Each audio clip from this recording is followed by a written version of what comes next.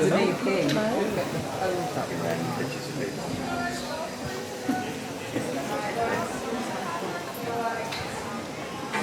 So hello, good afternoon. My name's Hamish and I'll be your tour guide for today.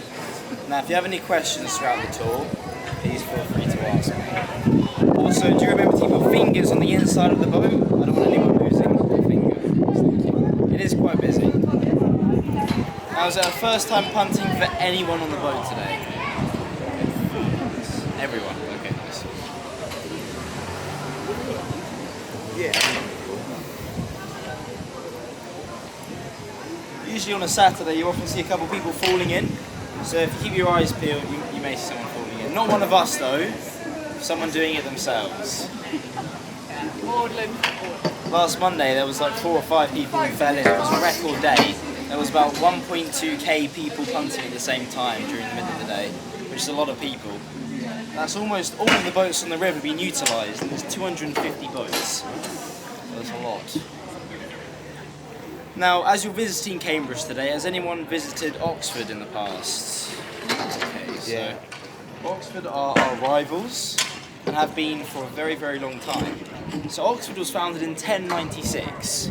It's a very old university, one of the oldest in the entire world. For reference, the oldest known university is University of Bologna, founded in 1088, so not long before Oxford was founded. And more than 100 years later, in 1209, Cambridge was founded. Ironically though, by Oxford students. So in 1209, one evening in Oxford, the students got very, very drunk and they ended up getting into a fight with a local. One thing led to another and they ended up murdering a local with a bow and arrow, actually a couple of locals. The locals retaliated and hung the students, a couple of the students as well. So the tensions were high in Oxford at the time.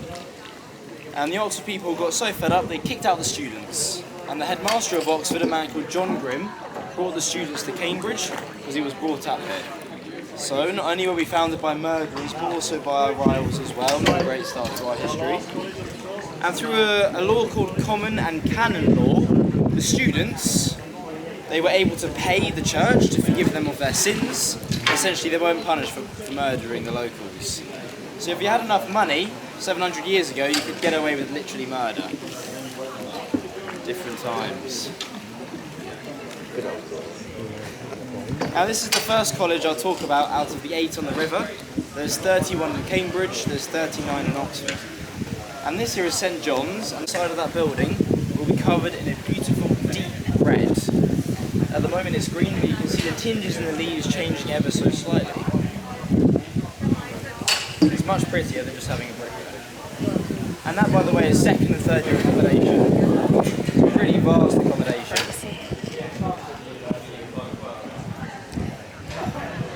Now, has anyone here been to Venice before? Have you seen the Bridge of Sighs in Venice? Do you think the bridge ahead of us looks anything like the Bridge of Sighs? Similar-ish? So there's one in Venice, there's one in Oxford. It's made of plastic and isn't as pretty though, believe it or not. Now the reason it's called Bridge of Sighs, it gets its name from the bridge in Venice, and this was because when Queen Victoria visited Cambridge, she stood on the kitchen bridge, the next bridge opposite, looked at this and thought it looked like the one in Venice. Slight problem though, she'd never been to Venice. She'd read a Venetian poem about the one in Venice. So no wonder there's not going to be that many similarities between the bridges. And therefore went from New Bridge to Bridge of Sighs to this day. And it's called Bridge of Sighs because in Venice it would link the prison cells with the execution chambers. Prisoners would cross it and be executed on the other side of their crimes. In Cambridge, maybe slightly similar during exam season, students go from accommodation to exam halls, classrooms and lecture halls.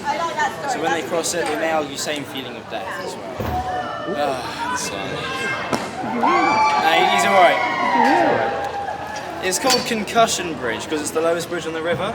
Sometimes you get tall guys bashing their feet on the board, pretending they hit their head. By the way, behind me is the prettiest side of the bridge. The other side is a bit dull, because when it was built, the only person who could see it was the headmaster, and they didn't care about the headmaster's view. But as you can see it from this side, on this bridge, they made this side a bit prettier. At the moment the river level is about half a foot lower than it usually is, but in winter when the river level rises a metre or so, this is actually quite a pain to get underneath. You can really see where the name Concussion Bridge stems from in winter. So 1947 was the most recent flooding in Cambridge, roughly flooded up to my stomach, as I'm standing up right now, even up to my shoulder as well, which is pretty high for a river to flood. Behind my right shoulder, by the way, so you saw the Boston Ivy, that's the same building but the front. So it's not a bad building for second and third year accommodation, is it? It's one of the most magnificent accommodations on the river. And the front of the building, so the arch, is known as Wedding Cake Arch, because if you're a St. John's student, you can have your wedding ceremony over on the grounds there. Slight issue though, the waiting list is up to 10 years long, and the students I hear must apply when they're a student at the college. So setting aspirations high, 10 years of waiting with someone is quite a challenge, or 10 years of waiting to find someone is a long time to find someone, so there's pros and cons to it. And you can use that entire field as your venue essentially. I've seen 2 weddings held this summer. There's quite rare proposals, so during my 3 years I've had 2 proposals on my boat. Luckily someone said yes, and someone also said no. It was a pretty awkward 20 minutes, I'll be honest with you. But yeah. Both to you, is it? Only one was to me. Nah, I'm joking. Yeah, and they were the only 2 people on the boat as well, so it was but it is. Students who meet in Cambridge often find that coming punting is quite a nice place to propose, because it's quite a nice place to propose on the river. You don't really forget it as well. You can do something like this in Venice, so gondoliering in the canals. This is a river though. Something like this in Oxford and Canterbury as well, but it's more mainstream here than it is elsewhere in England.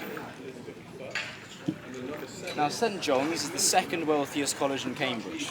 They have a net worth and endowments worth upwards of £1 billion.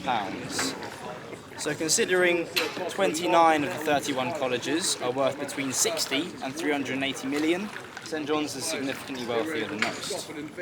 But the single wealthiest college in Cambridge and Oxford is Trinity, over to my left now, and on the other side of the river, worth estimated to be about £2.1 billion. Now the reason it's so wealthy is because King Henry VIII founded the college in 1546. He was a very wealthy king because he took a lot of land from the Catholic Church, called the dissolution of the monasteries, and after he died, which was less than a year after founding the college, he essentially gifted the college all this land which he took from the church. And that was a huge amount of land. They're one of the largest private landowners in the entire country as of this day. Now, King Henry VIII, a famous king for 2 reasons. Not great reasons though. Like I mentioned, you can see punting yourself is quite tricky, so you can spend more time arguing than actually punting. Yeah, famous for having 6 wives, cutting the head off 2 of his wives as well. Divorced, beheaded, died, divorced, beheaded, survived. He's also a famous king for changing an entire religion just to divorce his first wife. Pretty far-fetched way to go, but the only way he could do it. That's why we have Catholic and Protestant. They have a wine cellar worth about £2.1 million in Trinity, by the way. And there's a saying, you can walk all the way from Trinity College in Cambridge and walk all the way to Trinity College in Oxford and remain on Trinity land the entire time. It's just a saying though.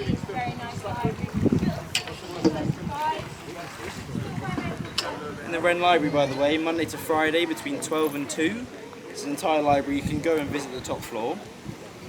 You'll find such things as a piece of Isaac Newton's hair, as he was a professor and student at Trinity.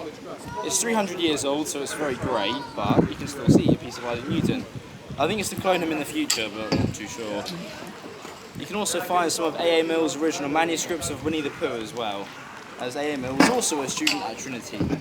So a lot of famous students and alumni have come to Trinity College. It is the most prestigious college, along being the wealthiest, and it's the hardest to get into. It's got a lower than 25% acceptance rate. And that's the lowest out of all colleges in Cambridge. Now over to to my left, over the mound, the new court building over there, that's where King Charles III, our current King of England, lived some of his time at Trinity. Now, do you think King Charles came in with decent grades or not so decent grades? A B and a C. You now need about 4 A stars to get in there, and sometimes you don't even get in. So having a mum as a queen has its benefits, who would have thought? Supposedly she wrote a letter allowing him special entry to the college as well. Now, surprise, surprise, he also came out with his brother Edward, also came to Cambridge under the same situation as well, same circumstances, and he went to Jesus College.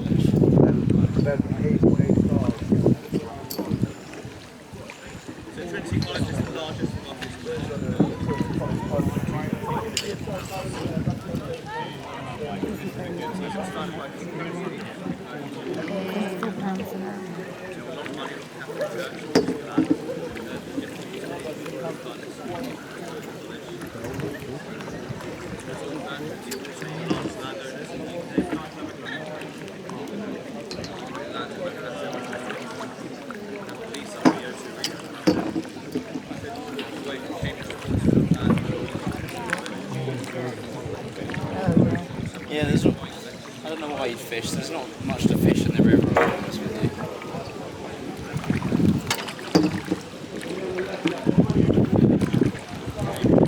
Now the college over to my left, as we go under this bridge here, is Trinity Hall.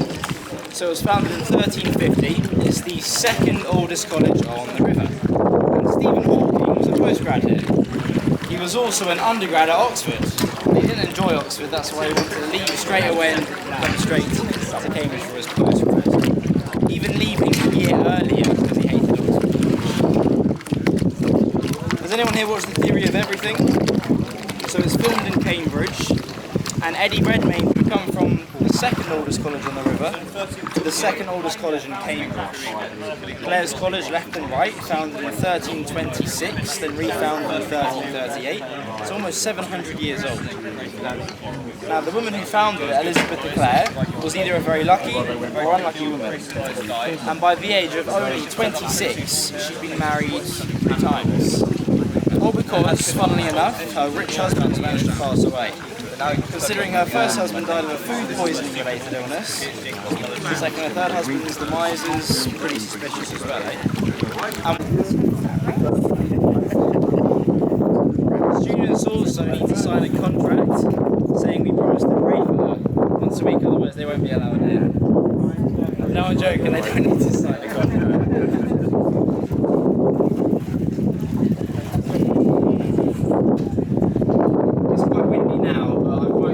When it's been really, really windy, and that's not that fun. It's really tricky and it's really cold as well. Yeah, the black gate just over there, by the way, is to stop cars from using the bridge, because that's the oldest bridge on the river, and if cars use it, it will top it into the river as well. It's very weak.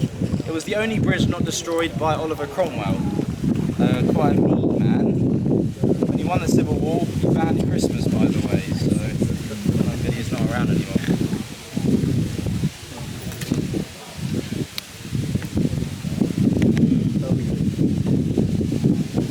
We are up to King's College now though. If you wanted to, you can go and visit King's College for £15 each, I believe. You used to be able to go into the chapel on Christmas Eve for free and watch the boys' King's College choir sing. It's televised on BBC Live every year as well. You can go still, but you need to apply for tickets.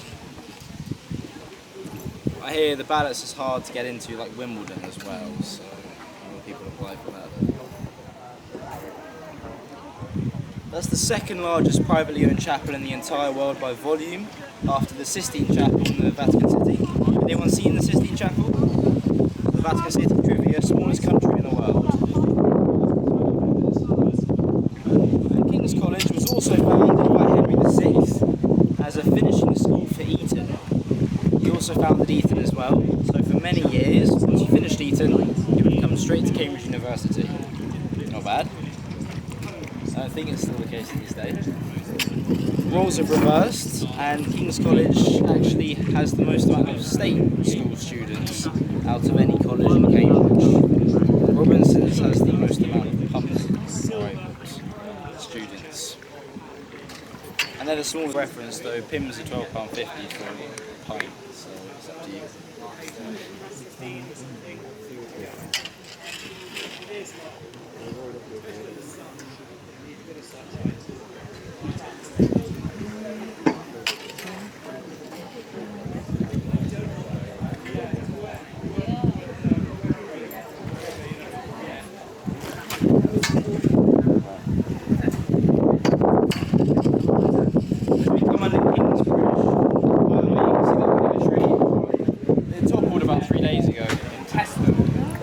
King's College, the tree just there to my left, of the bridge just there, the stump, was cut down in February. It was a huge tree, it's about 400 years old, but it needs to be cut down as well. Safety. Bodley's Court accommodation to the left, by the way, is one of the most expensive accommodations at King's College. So if you look at the roof, can you see the space between each chimney?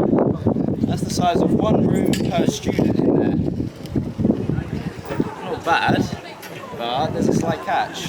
The only bathrooms are at the bottom of the building, right across the open courtyard, through an archway just on the side of the building across the courtyard. So on a cold, rainy, windy night, which is pretty common in England, especially in winter, it's a pretty dire journey to the bathroom. Maybe a feeling of one, you can say it's not that nice if you want. Built in 1960, it's very, very modern. And I always tend to ask what people think about this building, because 2 years ago I had people stand up on my boat and take a picture. And I asked them, guys, why are you doing this? It's not the best of looking buildings on the river. And they said, well actually we're the grandchildren of Basil Spence. He was the architect who designed that. A bit awkward, you never know who you have in your punt. That's why I always ask, instead of saying this is the ugliest building on the river. It is. At least one of them. After World War II, a lot of new students wanted somewhere new to live, which is why there's all these atrocities on the river and in Cambridge as well.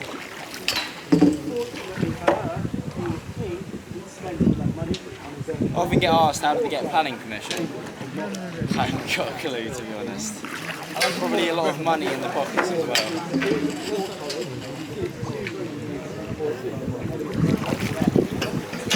Crib School, by the way, as well, the building over to my right. 1984, almost every bedroom has an ensuite in there, so it's not that bad already. There's also a spa, a squash court and a bar as well in there for the students. Student bars are often a lot cheaper than pubs in Cambridge as well.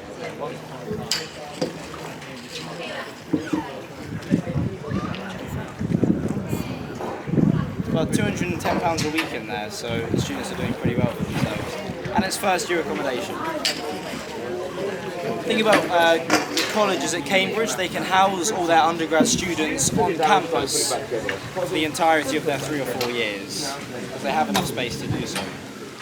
Unlike every other university in the country, which after first year sends you out into the city or the town to find an accommodation for yourself.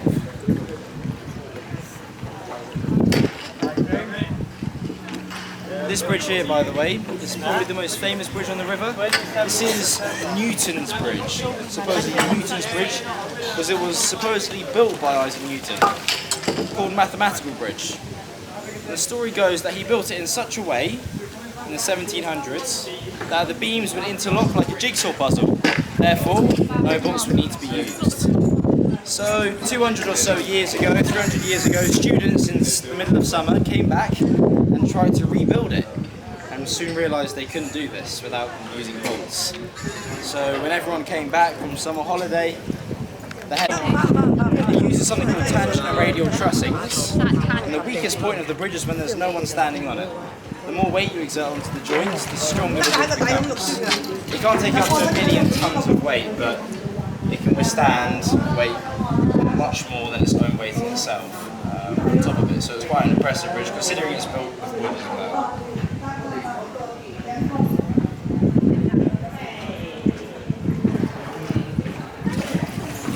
If anyone knows a band called Pink Floyd, Sid Barrett was a local lad to Cambridge and his favourite pub was the Anchor, the pub just over there. Very busy pub on the river as well, best place to get a drink. Obviously people fall in that location too.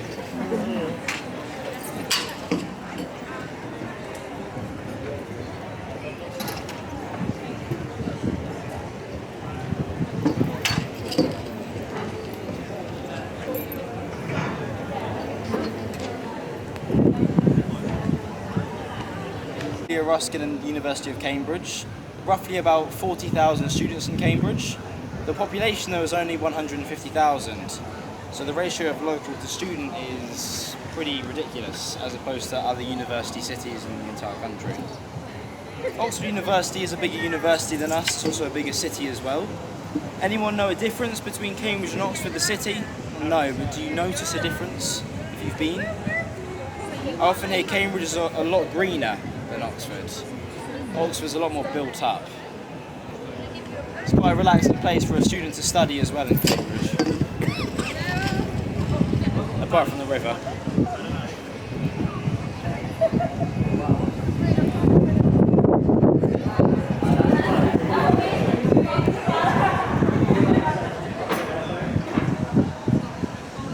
Now, a common question I get asked is, when a student applies for Cambridge, do they apply for one college specifically because a college specialises in one degree? This isn't the case. All the colleges will offer pretty much the same degrees, just some faculties and professors at some colleges will be more specialised in some degrees than other faculties and other professors at other colleges. My friend is doing ancient languages at St John's because they have the best faculty for ancient languages as a degree in the entire university. It's quite a niche degree as well, to be fair. Yeah, they all have their own professors. Stephen Hawking was a fellow and professor at Gonville Keys. He was there for 50 years. If you were doing physics at Gonville Keys, he would have been your one-on-one tuition professor for the 3 or 4 years of your undergrad, and postgrad if you wanted to do one as well.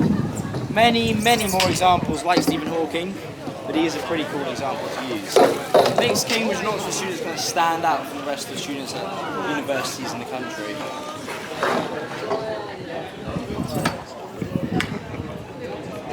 It's really hard to get into Cambridge though. About 20,000 students from around the world apply every year, and about 15 to maybe about 20% get allowed in.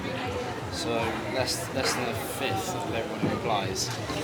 And they ask you really weird questions. You have to do an entrance exam first, and if you pass the entrance exam, you get to have interviews with the professor and headmaster or headmistress at your college. You may have 2 or even 3 interviews if they're not sure about you. And in these interviews, they ask you really weird questions. Last year, my friend got asked if you were the first person to come into contact with an alien, why would teaching them English be the best first language for them to learn? Anyone know how to answer that? I don't, but I'm not going to Cambridge, so there you are. There's no right answer, by the way, it's just how you work it out. They're interested in your problem solving. It's really tricky to get into.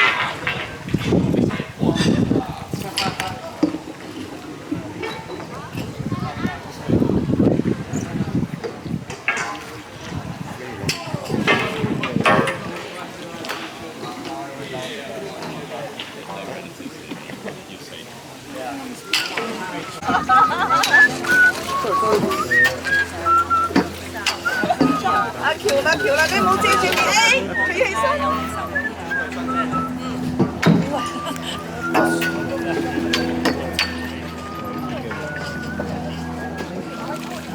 Must be the express. Pretty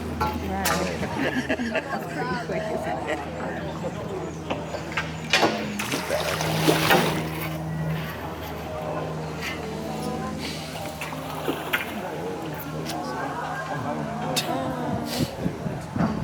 We get a lot of tourists at Cambridge, 20 million tourists every year.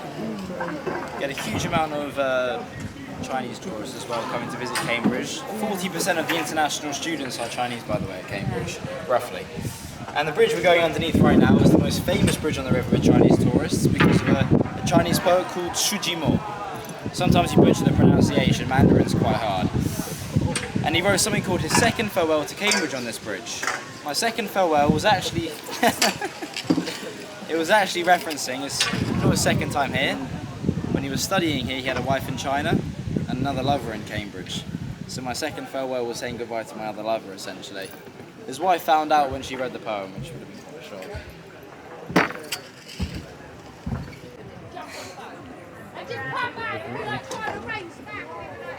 I got the gas from up down here. Oh, yes, queen.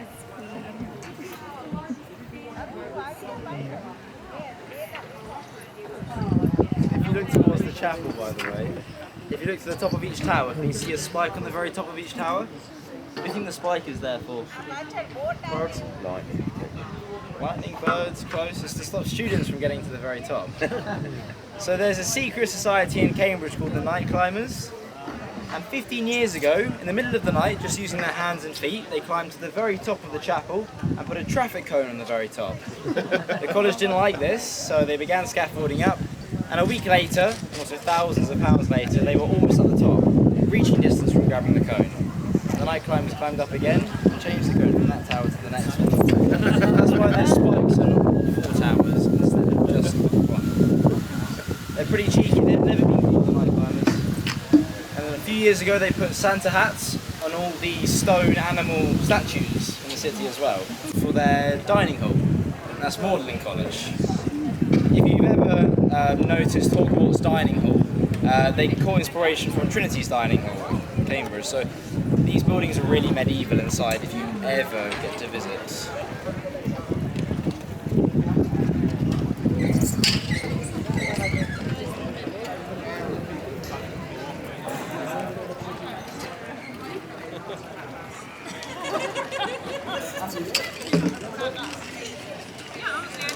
And as this is Trinity, so Trinity punts, if you look to the end of each boat, can you see a name in white at the very end of each boat? All these names at the end represent the number 3. So the Father, the Son and the Holy Spirit represents the Trinity, and all these boats have names symbolising the number 3. Haiku, the 3 lines of poetry. One called Cheers, so 3 cheers, hip hip hooray. One's called Charles III, and the examples.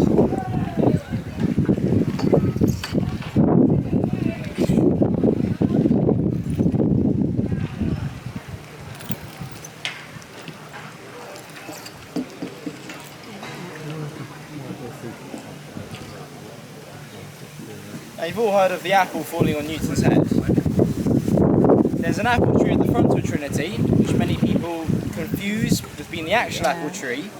But that apple tree at the front grew from a seedling from the actual apple tree which was in his garden, supposedly, in a village called Grantham by the coast, quite far from Cambridge.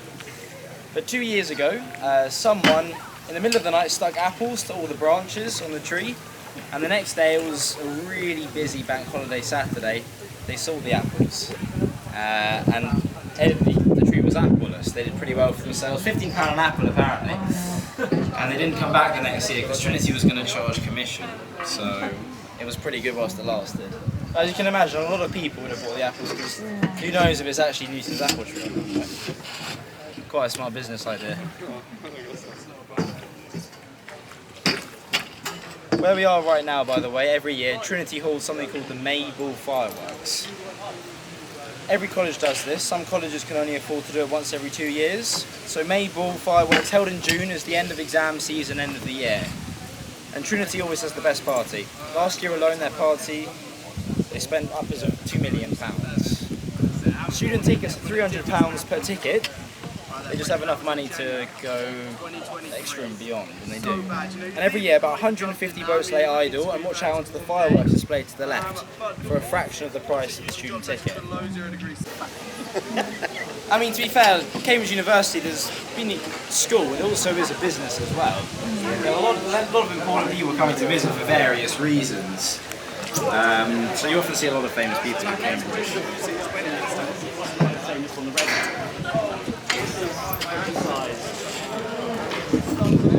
They're called Yales, by the way. They're mythical family protectors of the Beaufort family. So they don't exist, but Lady Margaret Beaufort, Henry VIII's grandmother, founded St John's. And her grandfather used those beasts as the protectors of the Beaufort family, and so did she at St John's College. It's not named after her though, it's named after St John the Evangelical. In fact, most of the colleges in Cambridge aren't allowed to be named after the founder. That is a rule in the university.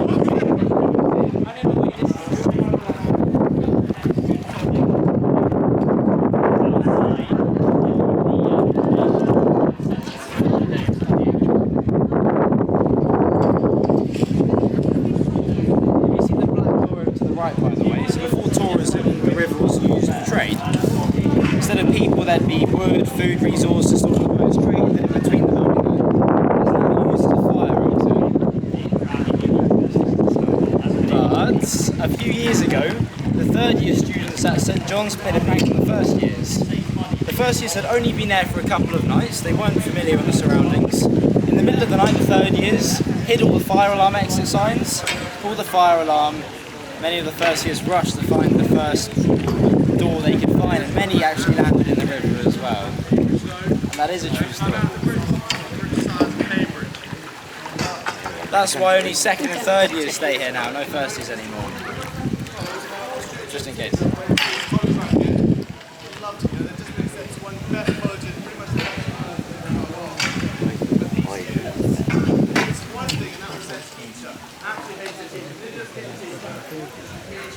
You see the back of the building again. So the castle, and then the car park opposite. Cripps Hall.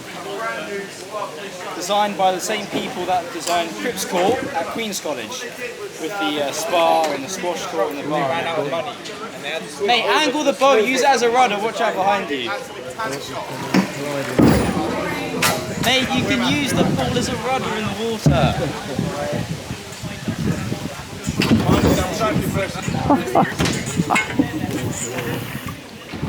Yeah, watch out. In the shrubbery a little bit.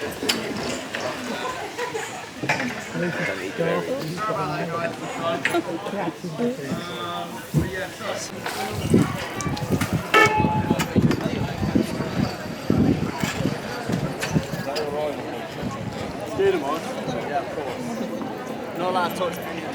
There's a really good ice cream shop called Jack's Gelato, just up the road. They do amazing flavours like banoffee pie, tiramisu. I don't get commission for that, by the way, they're just that good.